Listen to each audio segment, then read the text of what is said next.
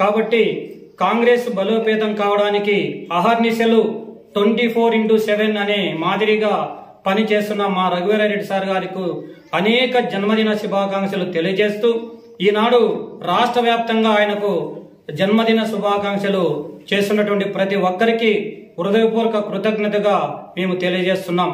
అలాగే కాంగ్రెస్ పార్టీని 2024లో ఆయన సారథ్యంలో రఘువీరారెడ్డి సారు, అలాగే పిసిసి అధ్యక్షులు మాజీ సాకే శైలజ గారు, అలాగే గిడుగు రుద్రాజ్ గారు షర్మిలమ్మను ఒప్పించి కాంగ్రెస్ పార్టీకి తీసుకురావడం జరిగింది.